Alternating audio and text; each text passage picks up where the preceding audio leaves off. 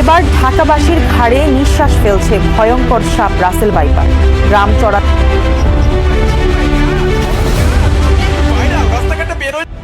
Russell viper সাপ আপনাকে যদি কামড় দেয় তাহলে আপনার কি হতে পারে আপনি জানেন কি জানেন না, এবং কামড় দেওয়ার পর তাৎক্ষণিকভাবে আপনি কি কি পদক্ষেপ নেওয়া উচিত সেটা কি জানেন? আসসালামু আলাইকুম, সবাই কেমন আছেন? আশা করি ভালো আছেন। তো আজকে আমি এই ভিডিওতে ভিন্ন টপিক নিয়ে আলোচনা করবো, কারণ রাসেল ভাইপার নামে সাপ, বিষাক্ত সাপগুলো বাংলাদেশে আনাচে কানাচে ছড়িয়ে পড়ছে। সো আমি যেহেতু আমার ভিডিওতে প্রত্যেকটা ভিডিওতে চেষ্টা করি মানুষের সাহায্য করার জন্য, হেল্পফুল করার জন্য, দেখলাম যে এটা বাংলাদেশের জন্য অনেক একটা ভাইরাল টপিক, এবং তার প্লাস হচ্ছে সতর্কবাণী একটা পোস্ট।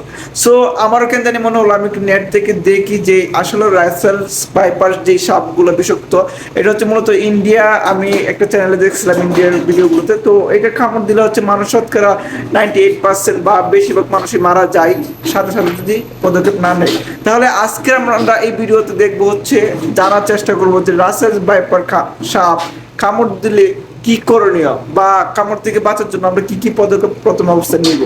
রাসেল ভাইপার সাপের কামড়ের ফলে বিভিন্ন ধরনের শারীরিক সমস্যা দেখা দিতে পারে, যেমন তীব্র ব্যথা ও ফুলা। কামড়ের স্থানটি খুবই ব্যথা করে এবং ফুলে যায়, এবং রক্তপাত। আপনার শরীরে যেখানে বিভিন্ন অঙ্গ থেকে রক্তপাত ধরতে পারে, কামড়ের জায়গা থেকে রক্তপাত হতে পারে, এবং দেহের অন্যান্য জায়গা থেকেও রক্তপাতের ঝুঁকি থাকে।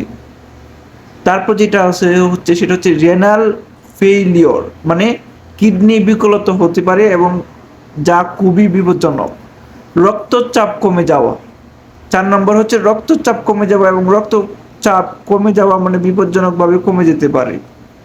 স্নায়বিক সমস্যা হতে পারে, যেমন প্যারালাইসিস। তো এটা সাধারণত হচ্ছে এই সাপটা খুবই ভয়ঙ্কর হয়। রাসেল ভাইপার সাপ এটা খুবই ভয়ঙ্কর, ঠিক আছে? তো এর জন্য হচ্ছে আমাদের সতর্ক কোনো বিকল্প নাই।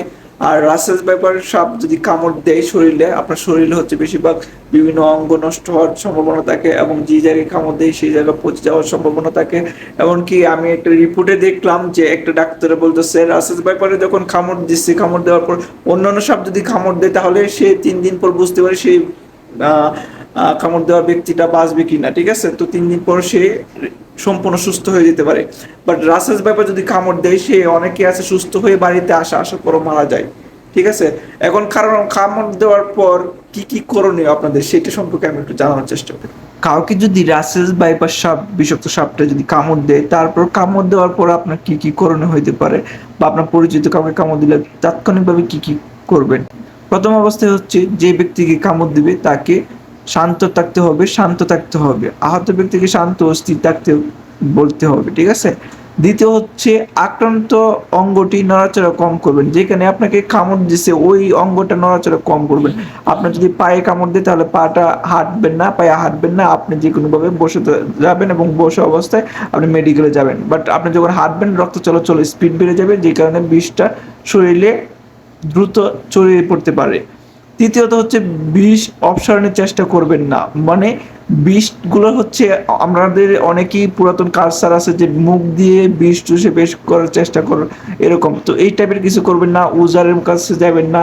যেটা করতে পারেন ব্যান্ডেজ আক্রান্ত স্থানটি ঘনিষ্ঠভাবে বেঁধে রাখুন, মানে আপনার হচ্ছে একদম বেশি টাইট করবেন না, কাপড় দিয়ে অল্প পরিমাণে হচ্ছে মানে আক্রান্ত স্থানের উপরে আপনি বাঁধতে পারেন, বাট এটা একদম টাইট দিবেন না। টাইট দিলে হচ্ছে আপনার রক্তনালী মানে বন্ধ হয়ে যেতে পারে, যেখানে রক্ত চলাচল আছে এটা বন্ধ হয়ে যেতে পারে, এবং এটা হচ্ছে ইনফেকশন হইতে পারে।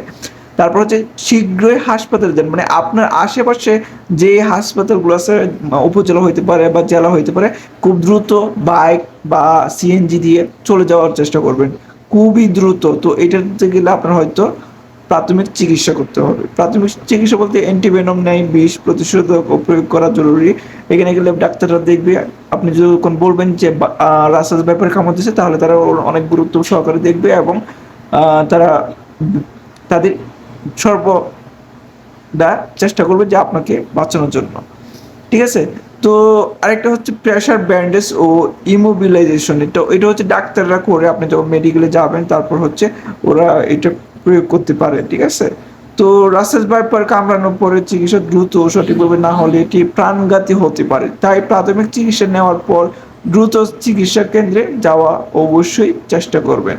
তো এই ছিল আজকে ভিডিও, আশা করি আপনাদের উপকার আসবে। এই ভিডিওটা সম্পূর্ণ ভিডিওটি শেয়ার করার চেষ্টা করবেন। আর এই টাইপের ভিডিও হচ্ছে আমার চ্যানেলে ফার্স্ট টাইম এরকম, তো আমি ভাবলাম যে সতর্কবাণী একটা ভিডিও করা খুবই জরুরি, কারণ আমি আমার ফেসবুকে পোস্ট করছি। আপনারা যদি এমডি শরীফ খান অফিসিয়ালে যান, এমডি শরীফ খানে যান, তাহলে আপনারা দেখতে পাবেন যে আমি এই জন্য একটা পোস্টও করছি। সো সবাই জায়গা থেকে সতর্ক হওয়ার চেষ্টা করবেন এবং বেশি বেশি করে শেয়ার করবেন।